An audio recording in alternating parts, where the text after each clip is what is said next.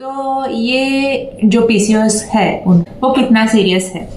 हाँ, ये जो स्कूल गोइंग लड़कियां होती हैं 9th स्टैंडर्ड 10th स्टैंडर्ड वगैरह की, जिनके पीरियड्स चालू होके कुछ साल हो चुके हैं, अभी एकेडमिकली स्ट्रेसफुल पीरियड्स में है, या फिर college going junior college 11th 12th या फिर सीनियर कॉलेज वाली, और उनके अगर साइकिल्स इरेगुलर हो, 2-2 3-3 महीना पीरियड नहीं आ रहे हैं या कुछ मेंस्ट्रुअल इरेगुलरिटी का प्रॉब्लम चल रहा है, तो पेरेंट्स को बहुत टेंशन आ जाता है ऑब्वियसली।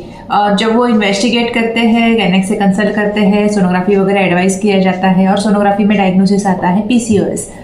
तो ये जो पीसीओएस है उनको जो डिटेक्ट हुआ है वो कितना सीरियस है, उसको ट्रीटमेंट क्या लगेगा, उससे कितना डरना चाहिए, उससे और क्या क्या प्रॉब्लम्स हो सकते हैं। तो ये वीडियो उसी के बारे में बनाया गया है। एडोलेसेंट मेंस्ट्रुअल इरेगुलरिटी के जो प्रॉब्लम है या एडोलेसेंट पीसीओएस, उसके बारे में मैं इस वीडियो में आपसे बात करने वाली हूँ। तो सबसे पहले समझ लेते हैं कि मेंस्ट्रुअल इरेगुलरिटी का डेफिनेशन क्या है। तो एग्जैक्टली सेम डेट नहीं आ रहा है तो वो इरेगुलर है क्या? तो नहीं, वैसे नहीं है। मैं जो आपको बता रही हूँ ये European society of human reproduction, उन्होंने पीसीओ डायग्नोसिस के लिए कुछ गाइडलाइंस बनाए हुए हैं। उस गाइडलाइंस के हिसाब से मैं आपको बता रही हूँ कि मेंस्ट्रुअल इरेगुलरिटी का डेफिनेशन क्या है। तो जो पीरियड चालू होता है उस साल में फर्स्ट ईयर के लिए इरेगुलर साइकिल्स है तो वो प्रॉब्लम नहीं है, क्योंकि वो एक्सपेक्टेड है कि फर्स्ट ईयर में इरेगुलर रहेंगे।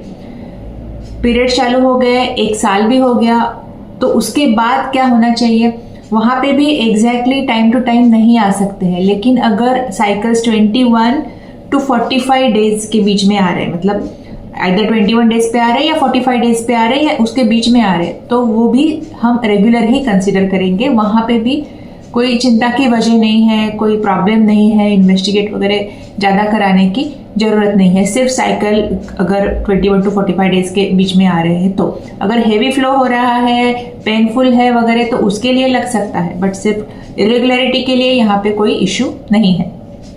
3 इयर्स के बाद 21 to 35 डेज के बीच में साइकिल आनी चाहिए। तो अगर आप अडल्ट्स में भी देखोगे तो किसी का भी normally day to same day को नहीं रहता है, बहुत कम लोगों का रहता है। किसी को 28 डेज पे रहता है, किसी का 26 डेज पे रहता है, किसी का 32 डेज पे रहता है। तो ये सब नॉर्मल है। 21 to 35 डेज तक अगर साइकिल आ रहे हैं तो वो रेगुलर साइकिल्स ही कंसिडर किए जाते हैं। और कभी भी अगर 3-3 महीना 90 डेज के लिए साइकिल नहीं आता है, 1 साल में, फर्स्ट ईयर में हो, 3 इयर्स में हो, कभी भी हो, तो भी वो एबनॉर्मल कंसिडर किया जाएगा एक बार मेंसेस चालू होने के बाद। अभी जब आप सोनोग्राफी के लिए जाते हो, ऐसे एज में इन्वेस्टिगेशन हम क्या क्या करते हैं, नॉर्मली आप किसी से कंसल्ट करोगे तो हार्मोनल टेस्ट कराए जाते हैं और यूएसजी कराया जाता है। तो यूएसजी में बहुत बार पीसीओ मॉर्फोलॉजी ऐसे लिख के आता है। तो पीसीओ मॉर्फोलॉजी का मतलब है कि ओवरीज में बहुत सारे फॉलिकल्स दिख रहे हैं, which is quite normal for that age. मतलब जब पीरियड चालू हो रहे हैं या फिर ये एडोलेसेंट एज में बहुत सारे फॉलिकल्स दिखने ही चाहिए, नॉर्मल है, एज के हिसाब से बराबर है। तो सिर्फ पीसीओ मॉर्फोलॉजी सोनोग्राफी पे आ रहा है या सोनोग्राफी पे पीसीओ दिख रहा है, इसके लिए टेंशन लेने की जरूरत नहीं। वो सारे पेशेंट्स को लाइफ में बाद में पीसीओडी ही होगा या पीसीओएस होगा, ऐसे नहीं होता है।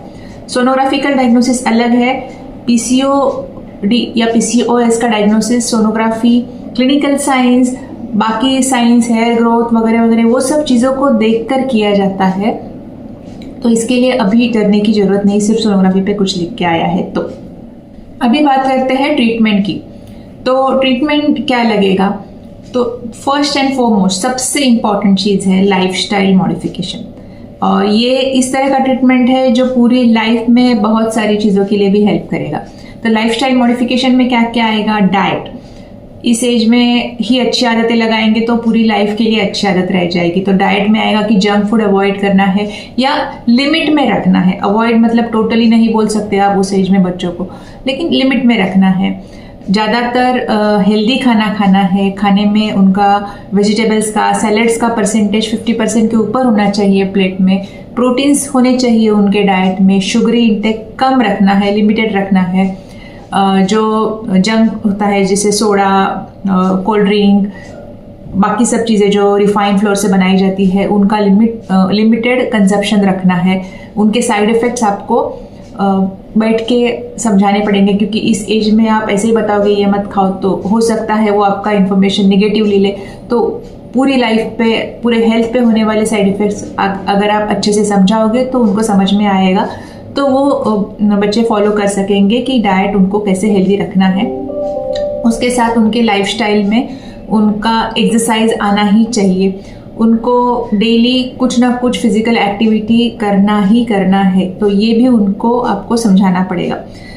वेट रिडक्शन, अगर कोई ओबेस है तो उनको वेट रिडक्शन के लिए कोशिश चालू करनी है, लेकिन ये सजेशंस भी आपको बहुत डेलिकेटली देने पड़ते हैं, क्योंकि उनका सेल्फ इमेज उनके माइंड में जो है वो भी उससे खराब नहीं होना चाहिए। तो आपको समझा के उसके साइड इफ़ेक्ट्स, पूरी लाइफ में हेल्थ पे होने वाले साइड इफ़ेक्ट्स बता के, समझा के हेल्दी लाइफस्टाइल के बारे में उनको, हेल्दी लाइफस्टाइल उनको अपनाने को बताना है।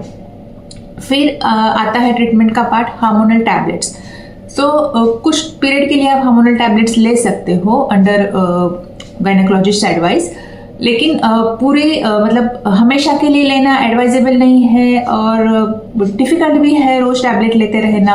अगर आपको उतना तकलीफ है तो ऑब्वियसली लेना पड़ेगा, जैसे किसी को हेवी फ्लो होता है, किसी को बहुत पेनफुल साइकिल्स होते हैं हमेशा ही। लेकिन सिर्फ इरेगुलरिटी का इश्यू है तो हर बार आप 21 डेज का टैबलेट लेते रहोगे तो वो आपके लिए भी वो मुश्किल हो जाएगा। लेकिन लॉन्ग टर्म के लिए आप इतना कर सकते हो कि आपको ये देखना है कि आपको एक साल में उनको 8 पीरियड्स तो आने ही चाहिए। उससे भी कम आ रहे हैं तो डेफिनेटली थोड़ा सा साइकिल का फ्रीक्वेंसी बढ़ाना पड़ेगा। तो अगर 2-2 महीना साइकिल नहीं आते हैं तो कुछ टैबलेट विद गायनेकोलॉजिस्ट एडवाइस जो शॉर्ट ड्यूरेशन के होते हैं, जैसे 5 दिन के टैबलेट होते हैं जो सिर्फ मेंसेस आने के लिए दिए जाते हैं। तो 1.5 मंथ हो गया तो उसके बाद आपने टैबलेट लिया तो 2 मंथ तक तो आपको साइकिल आएगा, इस हिसाब से आप ले सकते हो। तो आपका ड्रग कंजप्शन भी कम हो जाएगा, आपको ज़्यादा याद भी नहीं रखना पड़ेगा जैसे रोज़ लेना है ऐसे, और साइकिल्स भी चालू रहेंगे। क्योंकि अगर आपको बहुत एक साल में 8 से कम साइकिल्स आ रहे हैं तो वो भी आपके हेल्थ के लिए अच्छा नहीं होता है। तो आज के लिए इतना ही। आपको बहुत सारे डाउट्स रहेंगे, आप नीचे कमेंट्स में पूछ सकते हो। कंसल्टेशन के लिए आना है तो मेरा क्लिनिक मुंबई में है, कुर्ला और चेंबूर एरिया में। और अभी तक आपने मेरे चैनल को सब्सक्राइब नहीं किया है तो this is the time now.